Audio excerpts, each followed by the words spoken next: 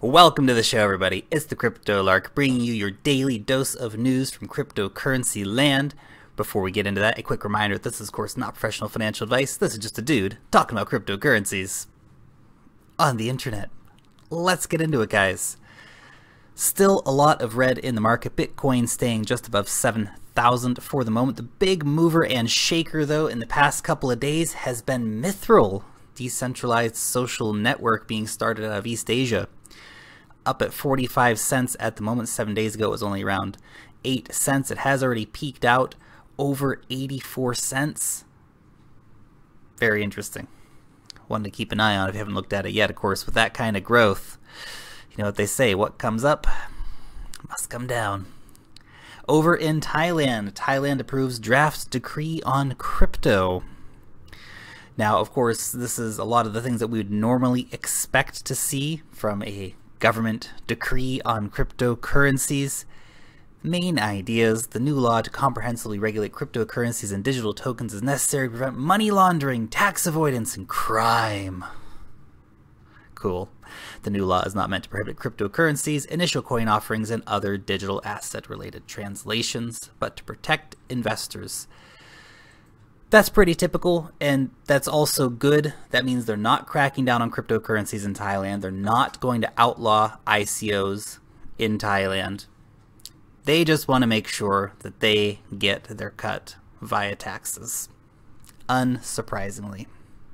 Over in China, Chinese investors use WeChat brokers to bypass ICO ban because the internet is a thing, and it seems that the centralized government in China seems not to have really fully understood how much people really want to be involved in cryptocurrencies and see the potential growth in profitability of ICOs, and of course they were going to use the internet to get around these things. It's only logical. The guys over at Intel released patent for new cryptocurrency mining accelerator. That's pretty exciting, from a very reputable company as well, which is always good to see. MailChimp bans cryptocurrency ads following Twitter, Facebook, and Google. I guess that's relevant to some people. Cool. They don't want, of course, bulk mailings to be going out advertising ICOs, for example, and they're going to be banning those accounts. More censorship from the centralized internet. Good work, MailChimp. Telegram bringing in $1.7 billion in 2 rounds for their ICO. That is a crazy amount of money. Wow. So much money being spent on ICOs these days, guys. 2 more Japanese Bitcoin exchanges will shut down. This is, of course, a continuation of Japanese regulators placing increasing scrutiny on cryptocurrency exchanges in Japan. Unfortunate to see some shutdowns, but of course those who will remain compliant will succeed. Those who are kind of shady or dodgy will have no place in Japan. Tomo Chain Binkabi partnership announcement. Now, Binkabi is a financial technology company. They want to bring smart bartering to the blockchain, enabling direct, secure, low-cost, cross-border physical commodity trading with reduced reliance in US dollars. Pretty cool, particularly focused on the agricultural industry. This is another great partnership for the guys over at Tomo Chain. We also have the first project coming out called Big Bomb, which will be using Tomo Chain's technology. So really exciting times for them.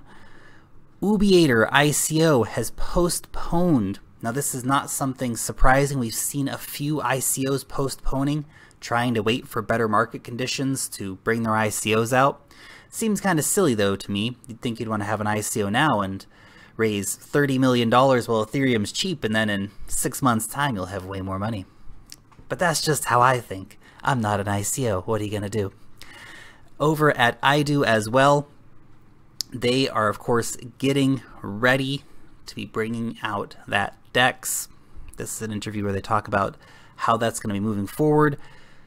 We're waiting, High Performance Blockchain launches their testnet Fantastic. Zilliqa launches their testnet. Excellent. Very good to see these guys getting involved in the game. Of course, their main nets cannot come soon enough. Kyber Network and ETHLend partnering up. Kyber Network will be helping ETHLend provide, of course, liquidity to have those interesting loaning pairs. LifeID has released the Self-Sovereign Identity Bill of Rights. This is a really good read if you want to come over here and check it out. But just to give you a few of the highlights, individuals must be able to establish their existence as a unified identity online and in the physical world. Individuals must have the tools to access and control their identities. The platforms and protocols in which self-sovereign identities are built must be open and transparent. Users must have the right to participate in the governance of their identity infrastructure. Identities must exist for the life of the identity holder. Identities must be portable. Identities must be interoperable. Individuals must consent to the use of their identity. Disclosure of verified claims must be minimized. And finally, the rights of identity holders must supersede any other platform or ecosystem entities. That's really cool. I like it. Good work, LifeID guys. And finally, the guys over at Dragon Train are going to be launching their commercial platform. Great news for Dragon Chain, a project which is only moving from strength to strength. That's all for the news for today. Long live the blockchain, and peace out till next time.